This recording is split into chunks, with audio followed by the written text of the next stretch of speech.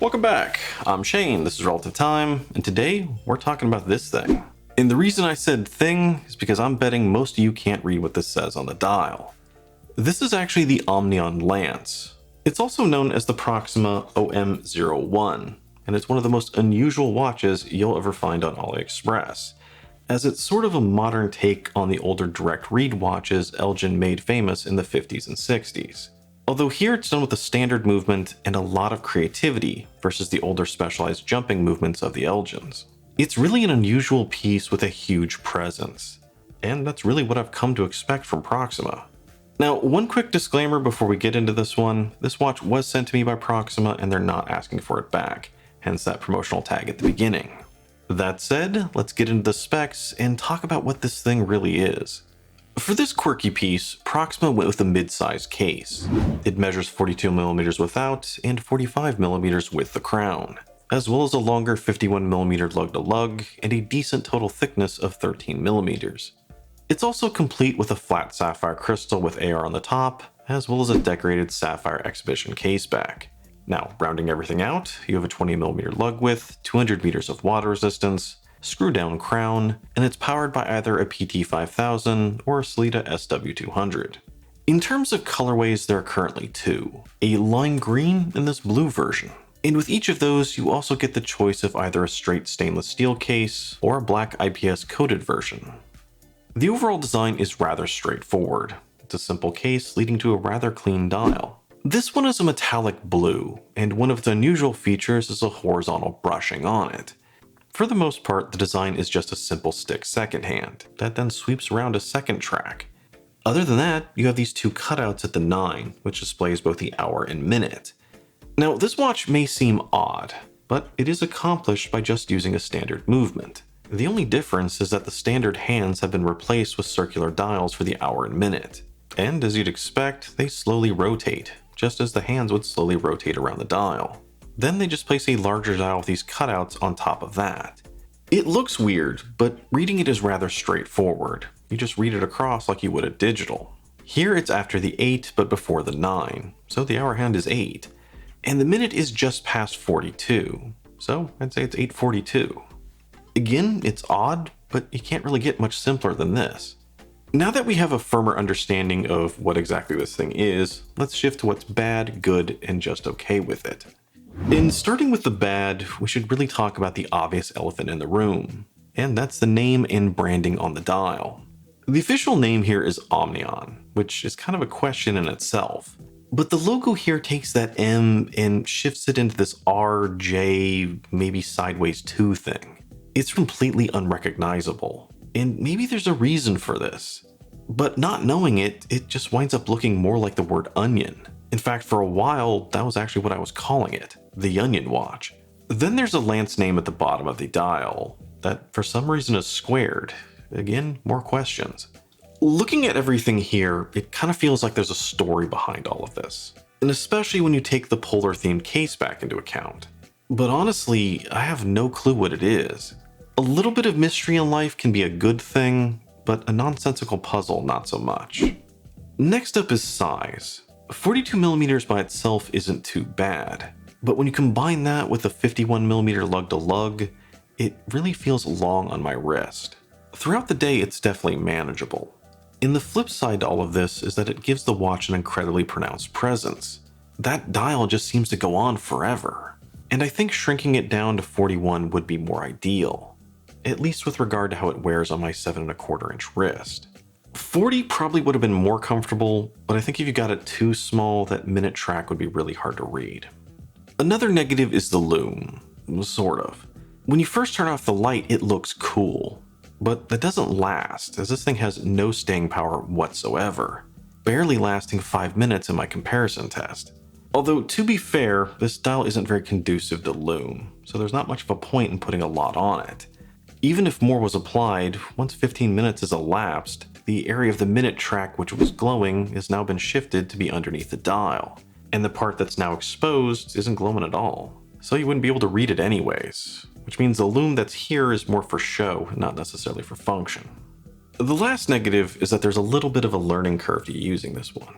The concept for reading it isn't hard, but you will have to retrain your brain just a little bit in order to read it. Otherwise, your mind just automatically starts searching for hands. And along the same lines, if you have older eyes, reading this smaller minute track might be difficult. But again, to be fair, these are things that are just inherent in the dial design. There's not much Proxima could have done about it. Moving on to the good, we might as well keep talking about the dial design, as it's very different. It's creative, but definitely different. The concept isn't anything new. Like I said, Elgin popularized it back in the 50s and 60s. But these days, the idea of a direct read watch is fairly unusual. However, I'd still consider what Proxima has done here as an original design, as I haven't seen anything else quite like it. And as quirky as it is fairly striking. Since most of it is a flat dial and just a single hand rotating around, it's fairly straightforward and clean. Yet it's also intriguing and engaging to look at, particularly because of the horizontal brushing on the dial, as that can drastically shift the dial color depending on the angle and light. Although there is a downside to that horizontal brushing as well. Since the flat texture on the hour and minute dials doesn't react the same way, it doesn't always match the outer metallic dial. It's kind of a minor thing, but in some angles it's very obvious. The finish of the case is also pretty good. There's a slight edge on the bottom of the lugs, and the design isn't anything too complex.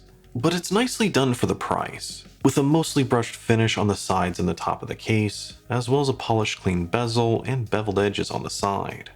And it's always nice to see drilled lugs. There's also one really odd thing with the case, but I've seen this before with other Proxima watches, so I think I know what it is. Looking in between the lugs, you'll see a small screw on either side.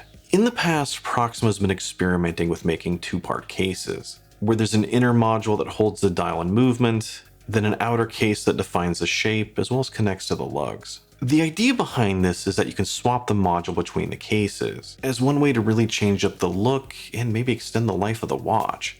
As far as I know, Proxima hasn't mentioned that ability to do it here, so either they're planning ahead, or they already had this case made and they just decided to roll with it. Whatever the reason, I'd honestly just leave it screwed in and ignore it. It's an interesting idea, but at the same time it's kind of gimmicky. And lastly, we have the case back, which once again, that design could be part of a larger story. And once again, I have no idea what it is. Not knowing can make this design a bit goofy, but when you're doing something different, goofy can be okay. I also like the design. Some laser etched case backs take up way too much of the crystal, to the point you really can't see anything. But here, just the center is taken up, so you can still see a fair amount of the movement, and especially the rotor moving around. In fact, if you look at the waterline in the design that separates it out, it's actually shaped like a rotor. The gilded movement also probably helps, as it does stand out more. With regard to what's just okay, let's start off with a couple of minor things. Like the unsigned crown, which does look a little generic. Although, considering the branding issues here, I'm not sure what they put on it. Also, since they used a standard PT5000 movement, which does have a date function, the Lance here does have a ghost date. A lot of people out there don't care, but I also know this drives a lot of other people crazy. And since we are talking about the movement, that's another thing I consider to be just okay. The PT5000 is a Chinese-made ETA 2824 clone, so the design here should be solid. And a lot of people like it for the value it represents, especially against a standard Seiko NH35A. Yet, at the same time, it doesn't have the same proven track record as that NH35A, and I do wonder if maybe an NH35A would have been a better choice here. Moving on, the stock strap is also just okay. With the steel version, it's this two-piece blue nylon. It's basically okay, there's nothing really interesting or special about it. Yet the black case version comes with a two-piece black rubber, which I think I might have preferred over this two-piece blue nylon, as most of my time with the watch I did spend with a white silicone strap. They're probably both inexpensive options, so maybe an option to pick which one you want would be best. And lastly, there's price. Right now on Aliexpress, it's $200 if you want the PT5000 version, and $320 if you want the SW200.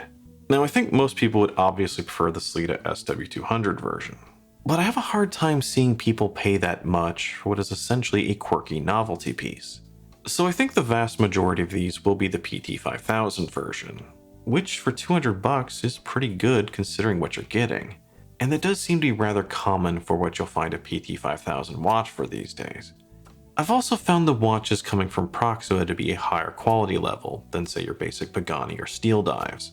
So $200 for a nicely finished watch, high beat movement, and double sapphire isn't bad, and especially with a watch that's using non-standard parts like you have here.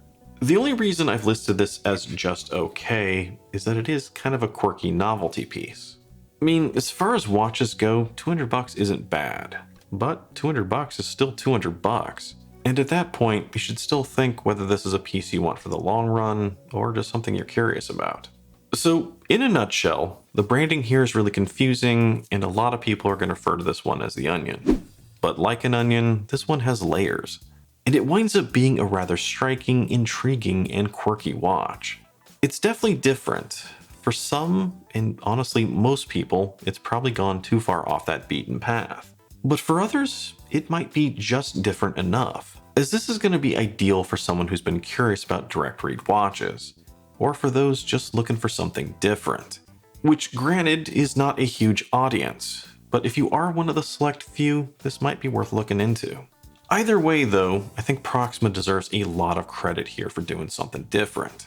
Out of all the Aliexpress brands, they seem to be by far the most creative. While everyone else on the platform seems to be content making one-for-one homages, Proxima seems to be the only brand willing to take a risk on their own creativity. Anyway, as usual, let me know what you think about this one, the Omnion, Onion, Lance, OM01, whatever you want to call it, leave a comment down below. Or if you can think of any other quirky watches that deserve a look, let me know that as well. As always, you guys know what to do down below. I'm Shane, this is Relative Time. See you next time.